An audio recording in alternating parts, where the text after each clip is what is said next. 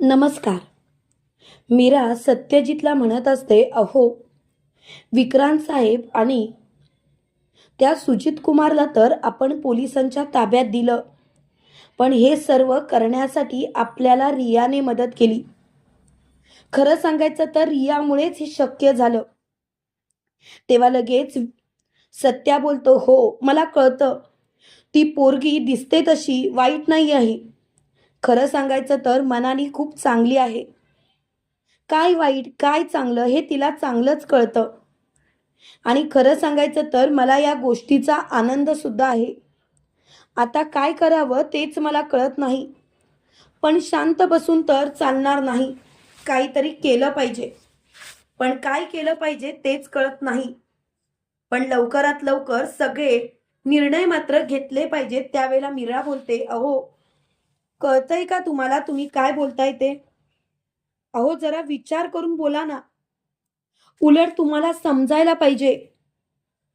खरं सांगायचं तर प्रत्येक वेळेला काही ना काहीतरी ती मुलगी आपल्यासाठी करत असते. मागच्या वेळेला सुद्धा तुम्ही जेलमध्ये होतात, तेव्हा सुद्धा तिनेच बाहेर काढण्यासाठी मदत केली आणि आता सुद्धा तीच मदत करते. तरी सुद्धा तुम्हाला काहीच वाटत नाही. तेव्हा लगेच मोठ्याने सत्यजित बोलतो, धूमकेतू मला सगळं समजतंय, मला सगळं काही पटतंय, पण मी काय करू? खरंच मला काही प्रश्न सोडवता येत नाहीत. तेव्हा मात्र मीरा खूपच चिडते आणि ती मोठ्याने बोलते, अहो असं काय करताय?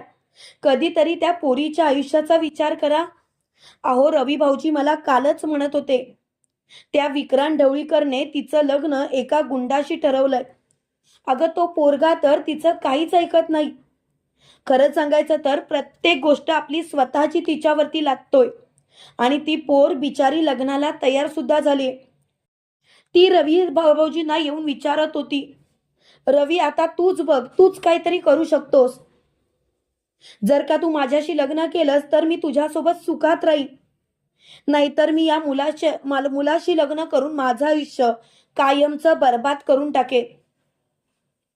तेव्हा मात्र रवीला खूपच राग आलेला असतो. रवी मोठ्याने बोलतो, खरं सांगू का दादा, तू नीट समजून घे ना. दादा खरं सांगू का, काल जेव्हा मी हे सर्व मीरा वहिनीला सांगत होतो तेव्हा मला खरंच खूप वाईट वाटत होतं, पण माझा नाईलाज झाला होता. पण आता मात्र तू जर का मला समजून घेतलंस तर दादा मी काहीतरी नक्कीच करेन. त्यावेळेला लगेच सत्या बोलतो, रव्या पण तुला तर माहिती आहे त्या पोरीचा बाप तुझ्याशी लग्न करायला तयार होणार नाही.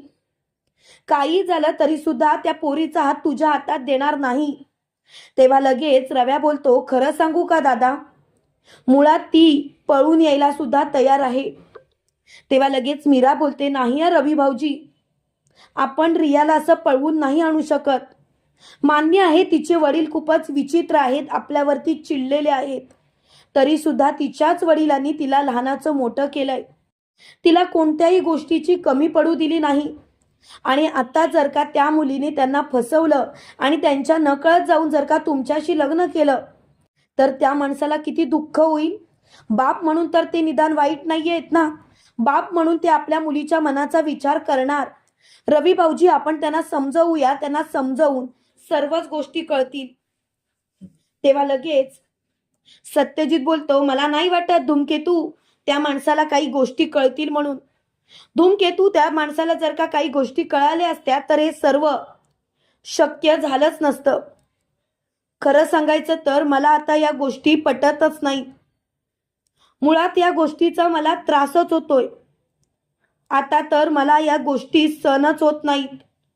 मला लवकरात लवकर काहीतरी निर्णय घेतलाच पाहिजे, पण तो काय त्याचा विचार मात्र मी करेनच. तेव्हा मात्र तो खूपच चिडलेला असतो. तर इकडे आपल्याला असं पाहायला मिळतं की मीरा खूपच चिडचिड करत असते आणि ती म्हणत असते, अहो तुम्ही काय ठरवलंय, तुम्ही मला स्पष्टपणे सांगा.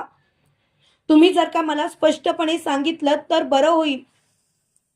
खरं सांगायचं तर मला आता लवकरात लवकर सगळ्याच गोष्टीचा नीट विचार करायला पाहिजे. तेव्हा मात्र लगेच सत्या बोलतो, धूमकेतू मला त्या मुलीला भेटायचं आहे. तू उद्याच तिला भेटायला बोलव. तेव्हा लगेच मीरा बोलते पण का?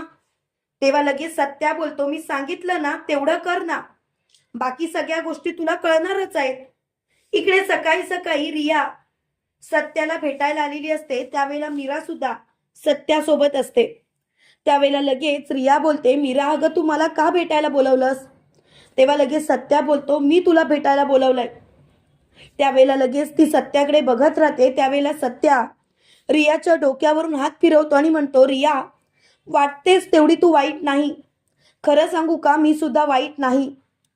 खरं सांगायचं तर तुझा बाप जर का माझ्या बापाची उद्धटपणे वागत असेल तर मी सहन करेन का, जसं तू सहन केलं नाहीस. पण त्या वेळेला आपण दोघांनाही समजून घेतलं नाही. प्लीज तू नीट विचार कर. त्यावेळेला रिया बोलते त्यात काय विचार करायचा, जे आहे ते आहे. आता संपला विषय, नको त्या गोष्टीचा विचार करायला नको. आणि खरं सांगायचं तर आता एकच गोष्ट लक्षात ठेव, कितीही काही झालं तरी सुद्धा तू माझ्या सोबत आहेस म्हटल्यावरती प्रश्नच मिटला. त्यावेळेला लगेच सत्या बोलतो मला खरं खरं सांगशील रिया, तुला माझ्या भावाशी लग्न करायचं आहे का? त्यावेळेला लगेच रिया बोलते हो, मला रवीशीच लग्न करायचं आहे. रवीशिवाय मी दुसऱ्या कोणाचाही विचार करूच शकत नाही. तेव्हा मात्र तिला खूपच आनंद झालेला असतो आणि ती खूपच खुश असते. ती मोठ्याने बोलते दादा प्लीज तू काहीतरी कर ना, मला रवीशिवाय दुसऱ्या कोणाचाही विचार करायचा नाही. तेव्हा लगेच सत्या तिचा हात हातात घेतो आणि म्हणतो मी तुला वचन देतो, तुझं लग्न रव्याशी मी स्वतः लावून देणार. तुला काळजी करायची गरजच नाही. सगळं काही नीट होणार म्हणजे होणारच.